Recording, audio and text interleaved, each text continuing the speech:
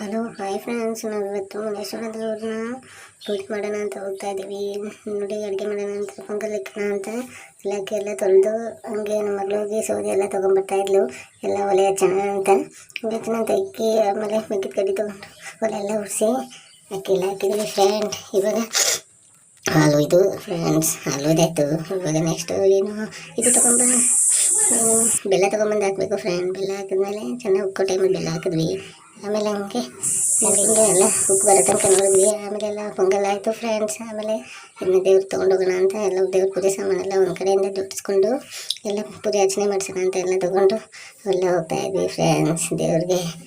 Okay friends, ಪೂಜೆ ಎಲ್ಲ ಆಯಿತು ಫ್ರೆಂಡ್ಸ್. ದೇವ್ರನ್ನ ನೋಡಿಕೊಂಡು ಹಂಗೆ ಈಚೆ ಬಂದು ಸುಮ್ಮನೆ ಹಂಗೆ ಫೋಟೋಗಳೆಲ್ಲ ಇಟ್ಕೊಂಡು ಹಂಗೆ ಕೋಳಿ ಕಟ್ ಮಾಡಬೇಕಾಗಿತ್ತು ಫ್ರೆಂಡ್ಸ್. ಕೋಳಿ ಕಟ್ ಮಾಡಿ ಇಡೋಣ ಅಂತ ಹೋಗಿ ಅಲ್ಲಿ ದೇವಸ್ಥಾನ ಮುಂದೆ ಅದಕ್ಕೆ ತೀರ್ಥೆಲ್ಲ ಹಾಕಿ ಪೂಜೆ ಮಾಡಿ ಕೋಳಿ ಕಟ್ ಮಾಡಿ ಪೂಜೆ ಎಲ್ಲ ಮಾಡಿದ್ವಿ ಫ್ರೆಂಡ್ಸ್.